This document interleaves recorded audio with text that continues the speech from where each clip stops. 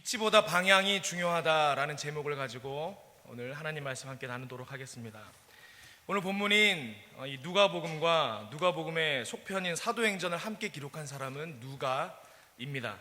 누가는 이방인 의사였으며 사도 바울의 신실한 선교 동역자였습니다. 분량상으로는 그는 신약 성경에서 가장 많은 분량을 기록한 사람입니다. 그는 예수님을 실제로 만났거나 가르침을 직접 받지는 못한 사람이지만 사도들과 같이 당시의 말씀 사역자들과 또한 예수님을 직접 경험했던 많은 사람들, 목격자들에게서 얻은 자료를 토대로 누가복음과 사도행전을 기록했습니다. 그가 이러한 수고를 통하여 이 두 권의 책을 기록한 이유가 있습니다. 누가복음과 사도행전 서두에 밝히는 바와 같이 누가가 기록한 이 두 권의 책은 1차적으로는 데오빌로라는 사람을 위하여 쓴 것입니다. 누가복음 1장 3절에 그를 향해 각하라는 호칭을 사용하고 있는 것을 우리가 볼 수 있는데 그러한 것으로 볼 때 이 사람은 신분이 높고 또 부유한 사람이었을 것이다 라는 추측을 우리가 할 수 있습니다. 성서학자들에 의하면 이 데오빌로는 이방인이었고 예수님을 구주로 믿는 제자 공동체에 이제 막 속하였던 사람이었고 또 새로운 공동체에 적응하려고 애쓰고 있는 사람이었습니다. 또한 그런 누가복음과 사도행전을 필사하여서 이것이 널리 배포될 수 있도록 재정 지원을 했을 가능성이 크다, 이렇게 성서학자들이 이야기합니다. 누가는 1차적으로 이 데오빌로에게 예수 그리스도와 교회를 통한 하나님의 구원 계획을 설명하려고 누가복음과 사도행전을 기록했습니다. 그런데 누가가 이 두 권의 성경을 쓸 때 단지 이 데오빌로만을 위해서 썼느냐? 그렇지 않습니다. 바울과 동역한 이방인 선교사로서 누가는 처음 복음을 접한 이방인들을 위해서도 이 누가복음과 사도행전을 기록했다라는 것입니다. 그래서 누가복음의 2차 독자는 이방인들입니다. 누가는 바울과 함께 복음을 전했던 선교지들과 그곳에 세워진 교회들을 위해서 이 누가복음과 사도행전을 기록했다라는 것입니다. 그러다 보니 누가복음은 어디에 관심이 많느냐? 이방인, 세리, 고아, 과부와 같은 사회적, 문화적, 종교적으로 약자로 분류되는 이들에게 관심이 아주 많습니다.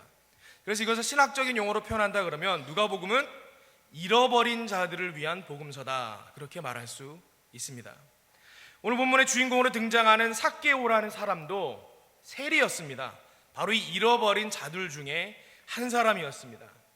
잃어버린 자 중에 한 사람이었던 이 삭개오에게 우리의 구주 되시는 예수님께서 찾아오셨습니다. 그런 의미에서 오늘 본문 말씀이 신앙생활을 오래 하신 분들에게는 아주 많이 읽혀진 말씀이고 또 잘 알고 있는 익숙한 말씀이지만 오늘 다시 한번 깊숙이 들여다보고 곱씹어 본다면 우리를 향해서도 찾아오시는 그 예수님을 우리 또한 다시 만나게 되는 은혜가 있을 줄 믿습니다. 오늘 우리가 이 본문을 통해서 살펴볼 첫 번째 메시지는 이것입니다. 따라해 보겠습니다. 우리 모두는 그러나의 존재입니다. 오늘 본문 서두에 삭개오를 소개하는 구절이 있죠. 누가복음 19장 2절, 삭개오라 이름하는 자가 있으니 세리장이요 또한 부자라. 누가는 삭개오를 소개할 때에 그를 부자이면서 세리장이었다, 그렇게 소개하고 있습니다. 아니 뭐 세리장이니까 부자였겠지, 그렇게 쉽게 생각할 수 있지만 본문의 배경이 되는 유대 문화에서 이 두 가지 개념은 사실 상당히 상충되는 개념입니다. 먼저 그를 소개하는 표현 중에 하나인 부자에 대해서 한번 살펴보도록 하겠습니다. 적어도 유대 전통에 있던 사람들은 부자를 하나님의 축복을 받은 사람, 그렇게 하나님의 축복을 받은 사람이라고 믿었습니다. 그렇기 때문에 부자다 그러면 하나님의 택함을 받은 사람, 이들은 구원을 받은 하나님의 백성, 하나님께서 아브라함과 맺은 영원한 언약에 속한 사람들, 그렇게 특별한 고민 없이 이 유대인들은 부자를 그렇게 생각해 왔다라는 것입니다. 우리가 오늘 읽은 이 누가복음 19장의 바로 앞장인 18장에는 당시 사람들의 이러한 통념이 드러나는 내용이 나옵니다. 한 부자 관리가 예수님을 찾아와 질문합니다. 누가복음 18장 18절입니다. 어떤 관리가 물어 이르되 선한 선생님이여 내가 무엇을 하여야 영생을 얻으리이까? 그러자 예수님께서 그러시죠. 네가 어려서부터 계명을 배우지 않았느냐? 그거 잘 지키고 살면 된다, 그렇게 말씀하십니다. 하십니다. 그랬더니 이 사람이 대답합니다. 그것들은 제가 어려서부터 다 지켜왔습니다. 그러자 예수님께서 다시 말씀하십니다. 너에게 한 가지 부족한 것이 있다. 네가 가진 것을 다 팔아서 가난한 자들에게 나누어 주고 그러고 나서 나를 따르라. 그러자 이 사람이 마음에 근심하며 돌아갔다. 이렇게 누가는 기록하고 있습니다. 이때 예수님께서 뭐라고 말씀하시죠? 누가복음 18장 25절에 같이 한번 읽을까요? 시작. 낙타가 바늘귀로 들어가는 것이 부자가 하나님의 나라로 들어가는 것보다 쉬우니라 하시니. 부자는 천국에 가기 어렵다. 예수님께서 지금 그렇게 말씀하고 계신 것입니다. 그런데 이 말씀을 들은 사람들의 반응이 우리가 주목할 부분입니다. 다른 복음서에서는 이 질문을 제자들이 했다고 되어 있는데 누가는 이 청중의 폭을 좀 넓혀서 듣는 자들이다 이렇게 기록하고 있습니다. 그 말씀을 들은 사람이 뭐라고 했느냐? 누가복음 18장 26절에 듣는 자들이 이르되 그런즉 누가 구원을 얻을 수 있나이까? 아니, 하나님의 택한 사람 아브라함의 자손인 이 부자들도 구원받기 힘들다 그러면 주님, 그럼 누가 구원을 받을 수 있습니까? 지금 제자들이 그렇게 질문하고 있는 것입니다. 이렇게 누가는 삭개오를 소개할 때 그를 먼저 부자였습니다, 부자였다 이렇게 소개합니다. 그리고 동시에 어떻게 소개합니까? 그를 세리장이었다 그렇게 소개하고 있습니다. 로마의 통치를 받고 있던 예수님 당시에 세리는 가장 추악한 직업 중에 하나였습니다. 로마의 앞잡이 노릇을 하며 로마를 대신하여 자신의 민족들에게 세금을 받던 사람, 부당하게 세율을 책정해서 그 차익으로 자신의 재산을 불리던 사람, 그래서 모든 유대인들이 손가락질하고 죄인 취급했던 사람이 바로 이 세리였습니다. 그래서 복음서에 보면요, 이 늘 세리가 언급될 때마다 짝꿍으로 언급되는 단어들이 있어요. 어떤 단어들이냐면 죄인, 창기 이런 단어들과 늘 짝꿍으로 되어 있습니다. 마태복음 9장 10절 11절을 보니까 그래요. 세리와 죄인들이 와서 예수와 그의 제자들과 함께 앉았더니 바리새인들이 보고 그의 제자들에게 이르되 어찌하여 너희 선생은 세리와 죄인들과 함께 잡수시느냐? 또 마태복음 11장 19절에 인자는 와서 먹고 마시매 말하기를 보라 먹기를 탐하고 포도주를 즐기는 사람이요 세리와 죄인들의 친구로다 하니.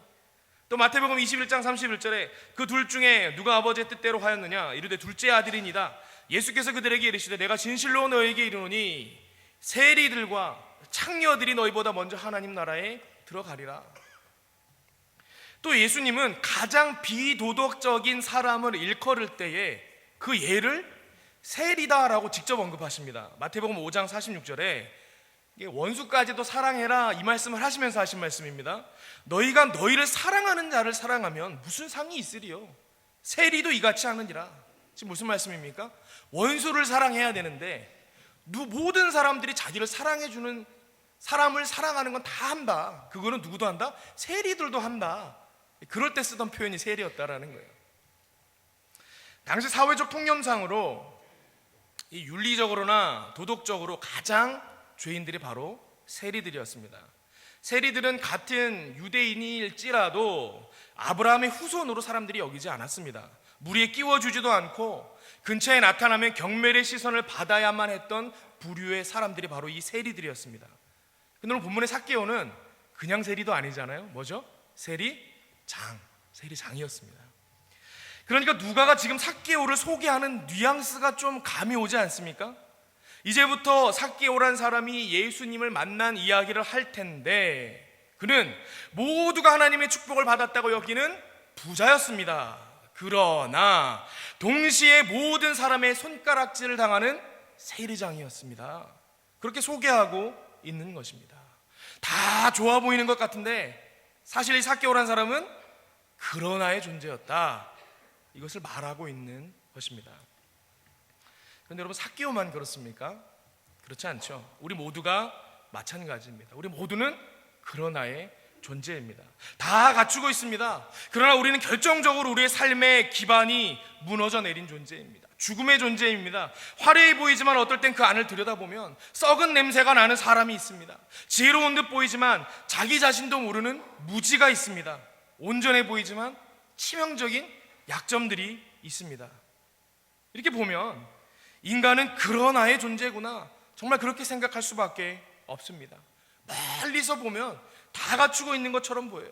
야, 저 정도면 부족함이 없겠다. 저 정도면 행복하겠다 싶습니다. 그러나 그 속 내용을 들여다보면 야, 어떻게 이럴 수가 있나? 이건 무슨 드라마도 아니고 아주 처절한 인생을 살고 있습니다. 아무리 좋아 보이는 사람도 다들 연약함을 가지고 있더라는 것입니다. 삶의 문제, 고통의 문제들을 가지고 있더라는 것입니다. 이 모든 사람에게 있는 연약함, 상처, 고통, 이런 것들이 도대체 왜 있는가? 하나님께서는 왜 우리에게 이러한 아픔과 고통을 주셨는가? 오늘 읽은 삭개오 스토리의 첫 번째 메시지는 사실 이 질문에 대한 대답일 수 있습니다.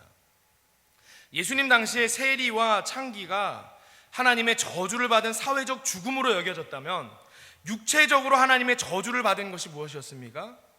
나병입니다. 문둥병입니다. 지금도 이 문둥병이 무서운 질병이지만 과거에는 더했겠죠. 이 문둥병은 말초신경이 죽어서 감각이 사라지는 병입니다. 그 필립 얀시와 폴 브래드 박사가 같이 썼던 책이 있어요. 우리나라에는 고통이라는 선물 이렇게 번역된 책이 있습니다. 그 내용들을 보면 이 나병 환자촌에서 그 사람들을 만나면서 일어난 일들이 나옵니다. 여러분, 왜 나병 환자들 보면 이렇게 눈썹이 없지 않습니까? 여러분, 그게 왜 그런지 아십니까?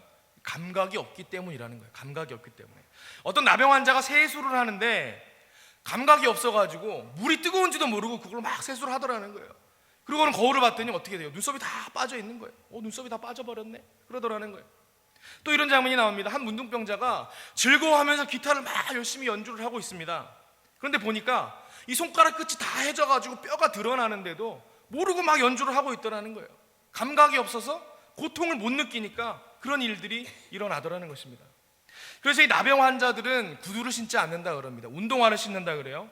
여러분, 왜 우리 정상적으로 이 감각이 살아있는 사람들은 걷다가 뒤꿈치가 아프면 쩔뚝거리잖아요. 아우, 뒤꿈치가 아프다 쩔뚝거리고 부드러운 신발로 바꿔 신고 그런 일들이 있는데, 이분들은 구두를 신고 다니면 감각이 없어서 뒤축이 해지는지도 모르고 계속 걸어 다니는 거예요. 뒤꿈치 뼈가 드러날 때까지 걸어 다니는 일들이 일어나더라는 것입니다. 그래서 이 폴 브래드 박사가 내린 결론이 뭐냐? 야, 이걸 보니까 정말 고통이라는 게 축복이구나. 고통이 있어야지만 우리가 끝까지 가는 일을 당하지 않는구나. 하나님께서 우리에게 고통을 주신 것에 대해서 감사드려야겠구나. 이런 이야기를 합니다. 문둥병이 어떤 병이라고요? 고통이 사라지는 병입니다. 우리 인생 가운데도 그럴 수 있죠. 이 감각이 있다라는 거. 우리가 범죄하고 하나님을 떠날 때에 우리가 아프죠. 여러분, 제가 볼 때 그건 살아있는 것입니다. 왜요? 고통에 대한 감각이 남아있으니까. 여러분, 그 감각이 남아있으면 돌아올 가능성이 있는 것 아니겠습니까? 육체적인 나병도 무섭지만 사실 영적인 나병도 무서운 게 뭐냐면 이 영적인 감각, 죄에 대한 감각이 없는 거예요. 무덤덤해지는 거, 화인 맞은 양심이 되는 것입니다. 그럼 아무것도 아니게 되죠. 여러분, 우리 삶 가운데 돈이 많으면 뭐합니까? 권세가 있으면 뭐합니까? 영적 문둥병이다 그러면 아무것도 아닌 게 되어 버린다라는 것입니다. 마찬가지로 우리 삶에 있어서도 예수 그리스도로 말미암아 구원의 문제가 해결되지 못한다 그러면 아무리 많은 것을 가졌다 할지라도 말짱 헛것이 될 수밖에 없습니다. 하나님께서 우리의 삶 가운데 왜 이렇게 고통의 문제를 주십니까? 광야의 의미와 똑같죠. 하나님 만나는 기회로 삼기 위해서 그렇습니다. 하나님께서 우리에게 여러 가지 고통과 어려움을 주는 이유가 뭐냐? 그때가 하나님을 깊이 만나는 기회이기 때문에 그렇다라는 것입니다. 그래서 하나님께서 우리 인생 가운데 우리를 몇 차례 깊은 수렁 가운데 빠뜨릴 때가 있습니다. 여러분, 근데 한번 보세요. 성공하는 인생들은요, 그 고통의 수렁 가운데 있을 때 철저하게 하나님을 만난 사람들입니다. 그러면 그 다음부터 인생이 바뀌어버리죠. 능력 있는 인생, 하나님과 기여가 맞아 돌아가는 인생이 된다라는 것입니다. 그런데 어리석은 사람들은 하나님을 만날 수 있는 기회가 인생 중에 여러 차례 왔는데 그 기회들을 다 놓쳐버리는 인생들도 있다라는 것입니다. 오늘 본문을 보니까 삭개오는 세리장이었습니다. 모든 사람이 죄인이라고 손가락질하고 죄인이라고 수군거리는 통에 자기 스스로도 와, 난 정말 죄인이구나 그렇게 느낄 수밖에 없는, 그래서 많은 사람들이 있는 곳이라고 하면 다 피해 다녀야 하는 그런 세리장이었다라는 것입니다. 여러분, 오늘 본문의 이 삭개오가 만약에 세리장이 아니었다 그러면 예수님 만났겠습니까? 여러분, 이게 복이라는 거예요. 그러니까 우리 삶에 닥쳐오는 모든 위기들, 아픔들, 고통들, 연약함들, 여러분, 그것을 우리가 하나님 만나는 기회로 삼는다 그러면 그게 복이 되는 것입니다. 다만 그렇지 않고 그것을 그냥 헛된 시간으로 보내버리고 낙심만 있고 주저앉아 있으면 그냥 헛고생 되는 거죠. 고통의 시간에, 상처의 시간에, 비천함의 시간에 하나님을 만나십시오. 오늘 본문의 삭개오처럼 비천한 가운데에서도 예수님을 만남으로 저와 여러분의 인생이 역전되는 은혜가 있기를 바랍니다. 두 번째 살펴볼 메시지는 이것입니다. 따라해 보겠습니다. 죄가 더한 곳에 은혜가 더합니다. 삭개오는 세리장이었기 때문에 버림받은 자였고 또 아브라함의 자손이라 불리우지 못한 사람이었습니다. 모든 사람이 그를 죄인 중에 죄인이라고 생각했으며 악질 중에 악질이라고 생각했습니다. 그래서 삭개오 그 스스로도 자신이 죄인인 줄 알았습니다. 아니, 알 수밖에 없었겠죠. 자신을 경멸의 눈으로 바라보는 사람들의 시선을 매일 마주해야 했으며 자신을 향해 수군거리는 사람들의 소리를 항상 들어왔기 때문입니다. 근데 한번 보자라는 거예요. 여러분, 삭개오가 정말 가장 악한 죄인입니까? 예수님을 보기 위해 떳떳하게 예수님 앞에 나섰던 다른 여리고 사람들, 그런 사람들은 삭개오와 달리 죄가 없는 사람들이었습니까? 이 많은 사람들이 오해하고 있는 게 있는데, 죄에도 질이 있다, 죄에도 경중이 있다고 생각하는 것입니다. 여러분, 우리가 사회법상으로는 이 죄의 경중이 있죠. 그래서 경중을 가지고 처벌의 정도가 달라집니다. 그런데요, 하나님 앞에서의 죄는 경중이 없습니다. 여러분, 하나님 앞에서의 죄는 마치 물에 던진 돌멩이 같다라는 거예요. 여러분, 냇물이 있는데 큰 돌을 던지면 가라앉고 작은 돌을 던지면 안 가라앉습니까? 큰 돌이나 작은 돌이나 다 던지면 냇물에는 가라앉는 거예요. 죄 자체가 크고 작음의 문제가 아니라 죄 자체가 하나님과 우리를 분리시키고 그로 인해서 우리를 사망에 이르게 하는 것이라는 것입니다. 그런데 사람들은 눈에 보이는 죄 안 지으면 자기가 죄인인 걸 모르더라는 거예요. 그래서 그런 생각을 가진 사람들에게 예수님께서 말씀하시지 않습니까? 마태복음 5장 21절에서 22절에 보니까 그래요. 옛사람에게 말한 바 살인하지 말라, 누구든지 살인하면 심판을 받게 되리라 하였다는 것을 너희가 들었으나 나는 너희에게 이르노니 형제에게 노하는 자마다 심판을 받게 되고 형제를 대하여 라가라 하는 자는 공회에 잡혀가게 되고 미련한 놈이라 하는 자는 지옥불에 들어가게 되리라. 또 마태복음 5장 27절 28절에 또 이렇게 말씀하십니다. 저만 읽으니까 재미가 없습니다. 같이 읽겠습니다. 시작.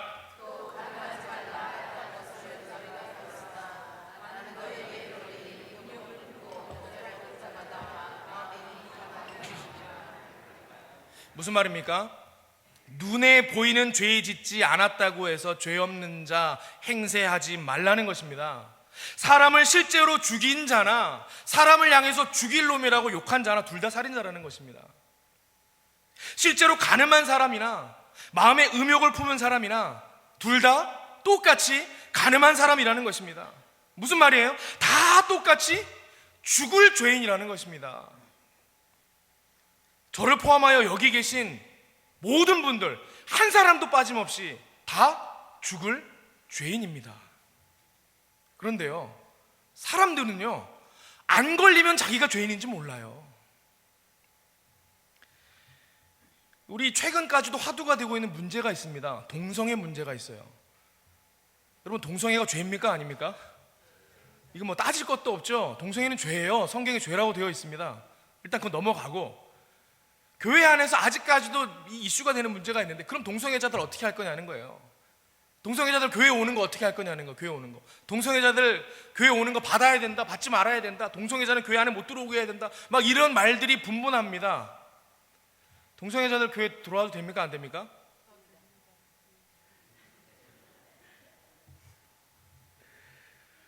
여러분, 동성애가 죄죠. 동성애가 죄이기 때문에 죄인인 동성애자는 들어올 수 없다 이렇게 말하면 지금 여기 들어오면 안 돼요. 아무도 못 들어오죠. 여기 다 살인죄 다 범하셨잖아요. 이미 간음죄 범하셨잖아요. 거짓 증거 하셨잖아요. 제가 다 말씀드렸죠. 죄는 크고 작음의 문제로 이 사망에서 벗어날 수 있는 게 아니에요. 큰 죄든 작은 죄든 죄인이면 다 죽을 죄인입니다. 여기 모여가지고 그러는 거야. 야, 어떻게 너는 그런 죄를 지을 수가 있냐? 야, 너는 지족하다. 그게 사람이 할 짓이냐? 그걸 누가 얘기하고 있는 거예요? 사형수끼리 앉아가지고, 나도 사형수인데 너는 어떻게 그런 짓을 할 수 있냐? 지금 우리가 지금 그런 말들을 하고 있습니다. 모두가 똑같이 죽을 죄인인데 자신이 죄인인지 아는 사람이 있고, 또 어떤 사람은 자신이 죄인인지 모르는 사람들이 있다는 거예요. 그러면 이 둘 중에 누가 더 큰 은혜를 받겠습니까? 더 큰 죄인이라고 생각하면 할수록 더 큰 은혜를 받겠죠. 용서받을 수 없는 죄를 용서받았으니까.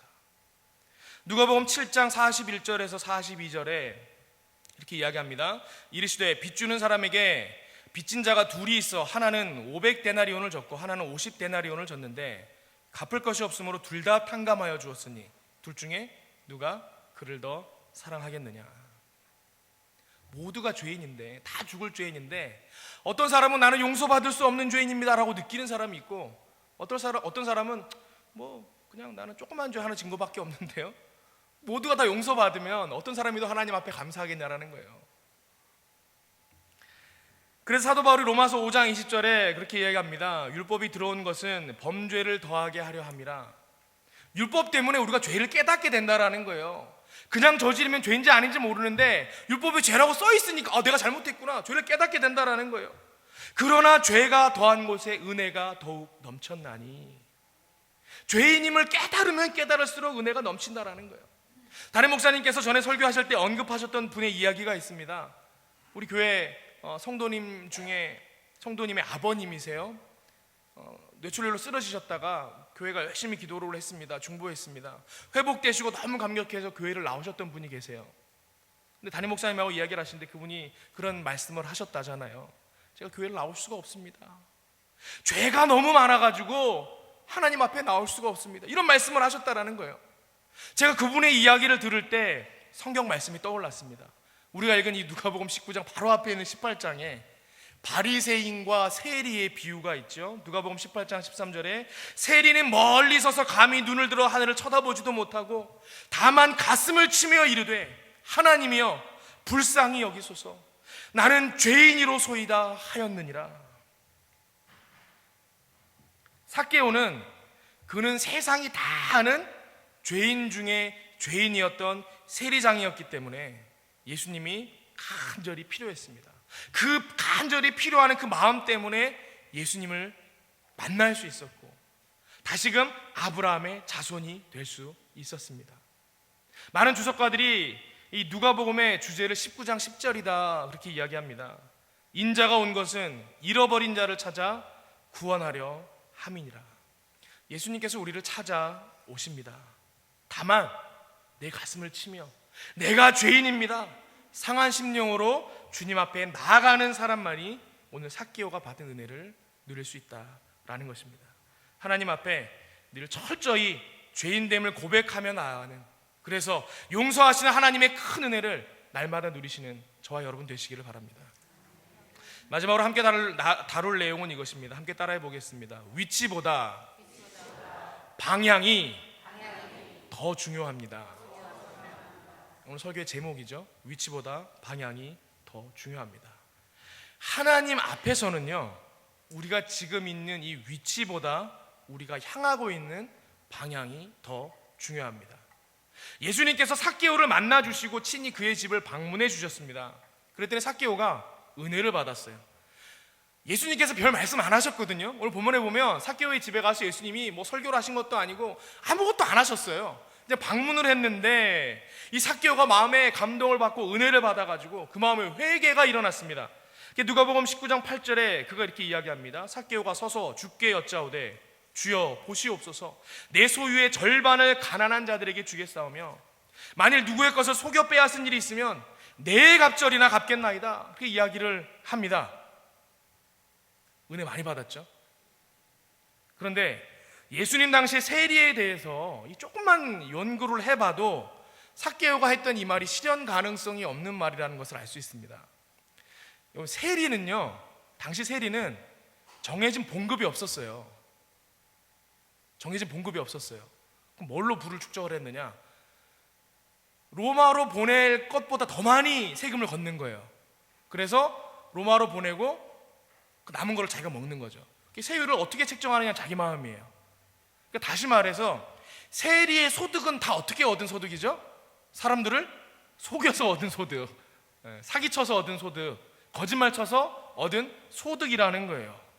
그러니까 사실 그가 아무리 부유했어도 그가 가진 전 재산은 제대로 된 재산이 있습니까? 없죠. 다 사기쳐서 얻은 재산이에요.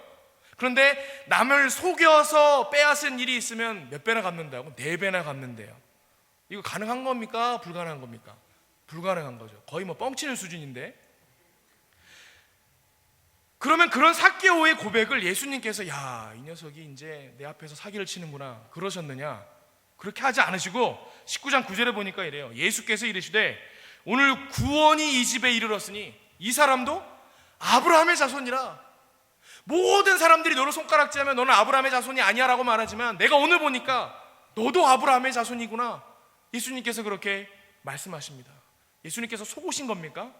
그렇지 않습니다. 예수님은 그의 마음의 중심을 보시는 거예요. 삭개오가 지금 말 안 되는 말을 하고 있지만 그의 마음이 지금 눈앞에 있는 하나님이신 예수님께 감격해서 자기 마음을 어떻게 해서든 주님께로 돌리려고 애쓰고 있음을, 세상을 향하던 돈을 향하던 그의 마음의 방향을 하나님께로 다시금 돌아선 것을 예수님께서 보고 계셨다라는 거예요. 여러분, 구약 성경에는요 많은 우상들이 등장합니다. 바알도 나오고 아세라도 나오고 몰렉도 나오고 이 이스라엘 백성의 마음을 흔드는 수많은 이방 우상들이 나와요. 오늘 아침에 우리 주일 예배 때 설교 여호수아 말씀도 그렇지 않습니까? 이방신과 하나님 중에 선택하라. 이 구약 성경 내내가 어떻게 보면 그 싸움입니다. 그런데요 신약 성경으로 딱 넘어오잖아요. 이 우상의 색깔이 좀 달라집니다. 여러분 그거 아시는지 모르겠습니다. 사복음서 내내 우상 숭배하지 말란 말이 없어요. 신기하죠? 없습니다.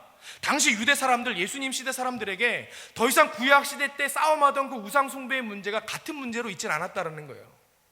다만 우상이 들어가야 될 자리에 다른 게 들어가 있습니다. 뭐가 들어가 있느냐? 돈이 들어가 있다는 거예요. 돈이, 재물이 들어가 있습니다. 누가복음 16장 13절 하반부에 예수님께서 이렇게 말씀하세요. 너희는 하나님과 재물을 겸하여 섬길 수 없느니라. 이 누가복음 16장에서 옳지 않은 청지기 비유를 하시면서 이 말씀을 하십니다. 그리고 아까 우리 첫 번째 대지에서 말씀했던 누가복음 18장에 한 부자 관리가 찾아와서 예수님 어떻게 영생을 얻습니까? 그럴 때 예수님께서 뭐라 그러시죠?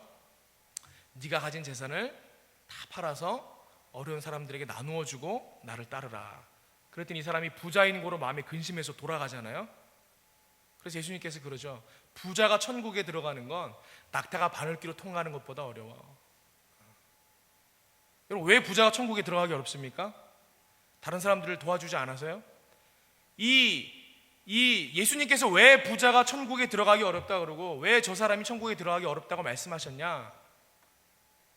그 사람의 마음의 방향이 아직 재물이라는 만몬이라는 우상을 향하고 있기 때문에 그 마음의 중심을 보시니까 넌 아직 아니구나. 네 마음의 방향이 하나님을 향하여 돌아서지는 않았구나. 그렇게 말씀하고 계신 것입니다.